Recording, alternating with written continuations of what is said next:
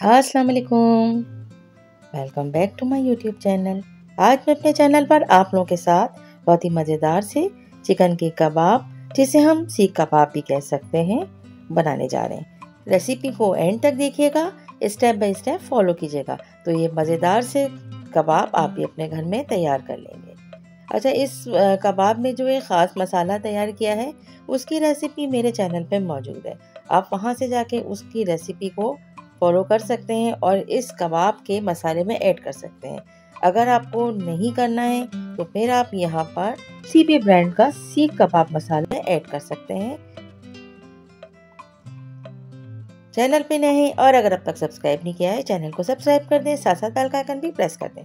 Recipe start करते हैं। बिस्मिल्लाहिर्रहमानिर्रहीम। हमने यहाँ पे 250 ग्राम चिकन बोनलेस लिया है।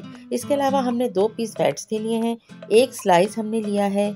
यहाँ पर 2 हरी मिर्च हैं और 3 से 4 अदद हम यहाँ पर लहसुन की जगह 1 टुकड़ा हमने अदरक का और मीडियम साइज प्याज और तैयार किया हुआ मसाला हम इसमें ऐड करेंगे। सबसे पहले हमने ब्रेड के साथ चिकन को और तमाम चीज़ों को ब्लेंडर में ब्लेंड कर लिया। इसके बाद हमने तैयार हुआ वो मसाला ऐड किया है और इसके साथ ही 1 टेबल स्पून हम इसमें भुना कुटा धनिया, जीरा और लाल मिर्च जो हम बना के रखते हैं वो हमने इसमें ऐड किया है।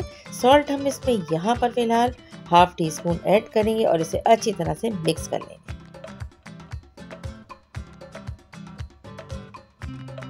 ब्रेड के स्लाइस जो हम इसमें ऐड करते हैं इसकी बाइंडिंग के लिए हम ऐड करते हैं, इससे ये बहुत ही स्मूथ और बहुत अच्छे कबाब बनते हैं।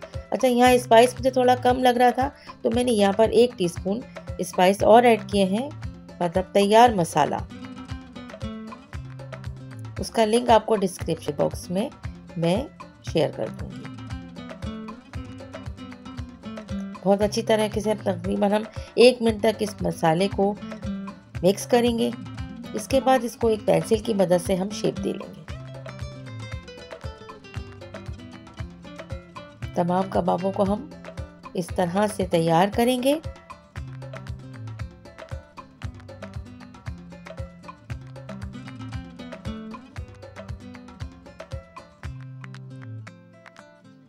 अब आप देख सकते हैं कबाब तमाम तैयार हो गए हैं। अब हम इसे करेंगे फ्राई।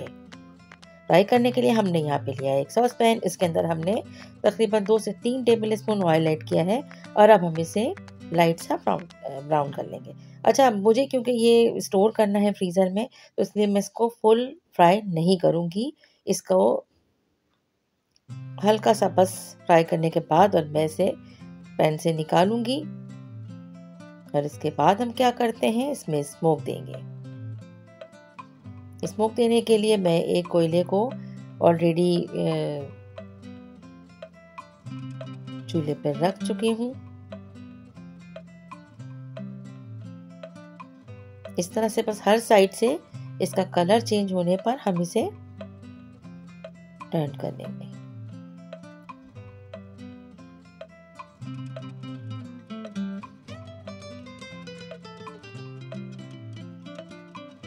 तमाम कबाबों को हम बहुत लो हीट पर फ्राई करेंगे।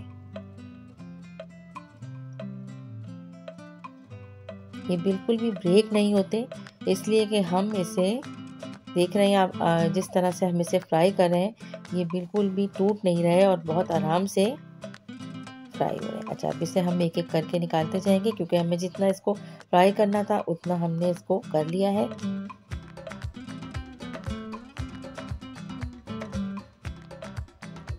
क्योंकि जिसमें हम स्टोर करते हैं तो हमें इससे ज़रूरत नहीं होती फुल डन करने की, बस ज़्यादा टाइम पे रखने की वजह से हम इसे इस तरह से फ्राई कर लेते हैं और आराम से हम इसे 1 से 1.5 महीने स्टोर करके रख सकते हैं। तमाम कबाब फ्राई हो चुके हैं। अब हम इसे शिफ्ट कर देंगे एक ऐसे बर्तन में जिसमें हम इसमें स्मोक दे सकें।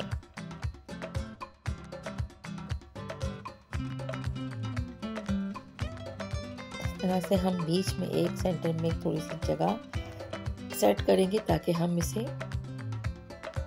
और बस इसको तकरीबन 1 से 2 मिनट के लिए स्मोक देने के बाद हम इसे डिश आउट करते हैं और ये मज़ेदार से सीख कबाब अब रेडी हैं। आप लोग ज़रूर ट्राई कीजिएगा, बहुत ही मज़ेदार से और बहुत ही इजी और क्विक बनने वाली ये रेसिपी है। और मज़ा तो इसका इतना अच्छा है कि जब आप बनाएंगे तो अंदाज़ा होगा कि ये कितने मज़ेदार से कबाब बनके तैयार हो रहे हैं।